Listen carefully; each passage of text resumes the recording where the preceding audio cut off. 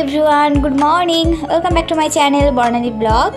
আজকে তোমাদের কাছে শেয়ার করব যে আমার বোনের ওই বাড়ি থেকে মানে শ্বশুর বাড়ি থেকে কার কার জন্য কী কী তত্ত্ব পাঠিয়েছে, তো সেগুলো শেয়ার করব। তো দেখতে থাকো, ভালো লাগলে অবশ্যই লাইক করে দিও।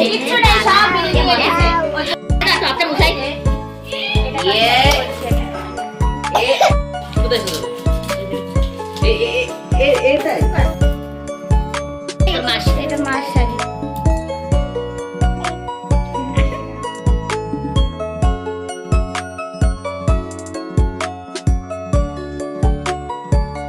এই শাড়িটা বোন ভাত কাপড়ের দিন পরেছিল। অবশ্য সেদিন ও অনেকগুলোই শাড়ি কিনেছে, যেদিন এই শাড়িটা কিনেছে বিয়ের বউ হাতের বেনারসি, এই শাড়িটা 3-4টা শাড়ি কিনেছিল গাছটাপাড়া আদি মোহিনী মোহন কাঞ্জিলাল থেকে। আমি গেছিলাম, ও গেছিল, ওর হাজব্যান্ড গেছিল। বেনারসি, হ্যাঁ, এই বউ হাতে বেনারসিটাও নিয়েছে ওখান থেকে। কেমন হয়েছে অবশ্যই কমেন্টে জানিও। ও লাল কালারই নিয়েছে, কারণ ও বলছিল যে আমি লাল পরবো, কারণ বিয়েতে লাল সাদা পরছি আর বউ হাতে লাল পরবো। আর এখন বিয়েতে এমনই সেজে যায় সবাই, বোঝা যায় না যে কে বউ আর কে বিয়ে খেতে এসছে। তো ও বললো যে আমি এবার লাল নেবো, কারণ আমি বিয়ের মতো সাজবো, মানে বউ যেমন সাজে বউ বিয়েতে তেমন সাজবো।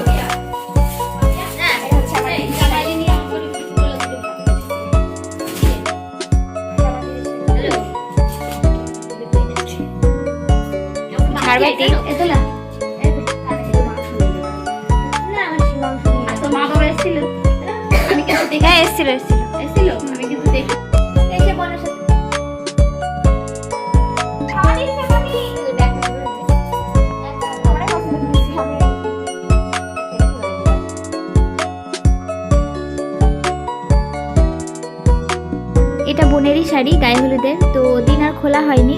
এই বাড়ি থেকে যেটা নিয়েছিল গায়ে হলুদের জন্য সেটাই পরেছিল।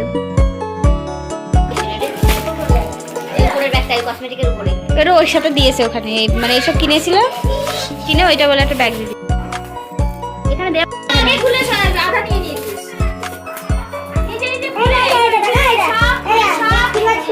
লোকের হয়ে যাবে না,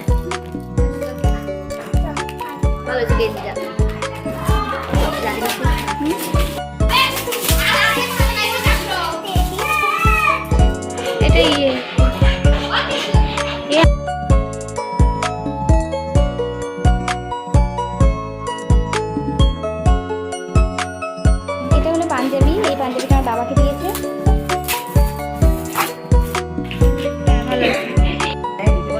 কি না রেখে দাও, আছে আরো।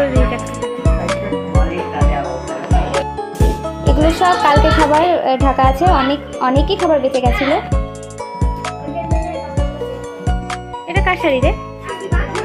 খাবো না আমি, এমনি রেখে।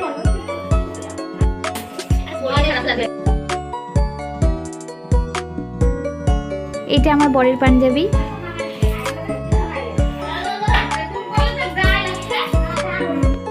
না, তো ওইটাই খেয়ে শেষ করো, তারপরে তোমাকে আবার এইগুলো দিয়ে হবে।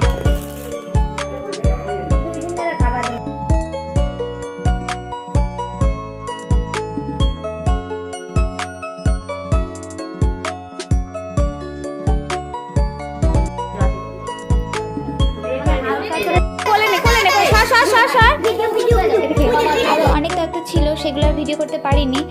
ভিডিও করতে করতে হয়তো অন্য কাজে ব্যস্ত হয়ে পড়েছিলাম। পরে দেখলাম যে অনেকগুলো তথ্যের ভিডিও করা হয়নি।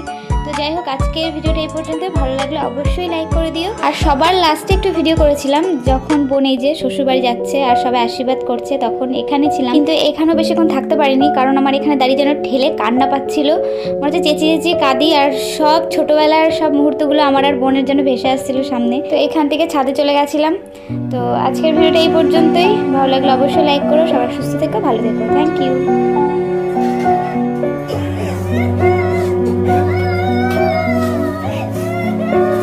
আর এই ভিডিওগুলো আমার একটা দিদির কাছ থেকে নিয়েছি, তো তোমাদের কাছে শেয়ার করলাম।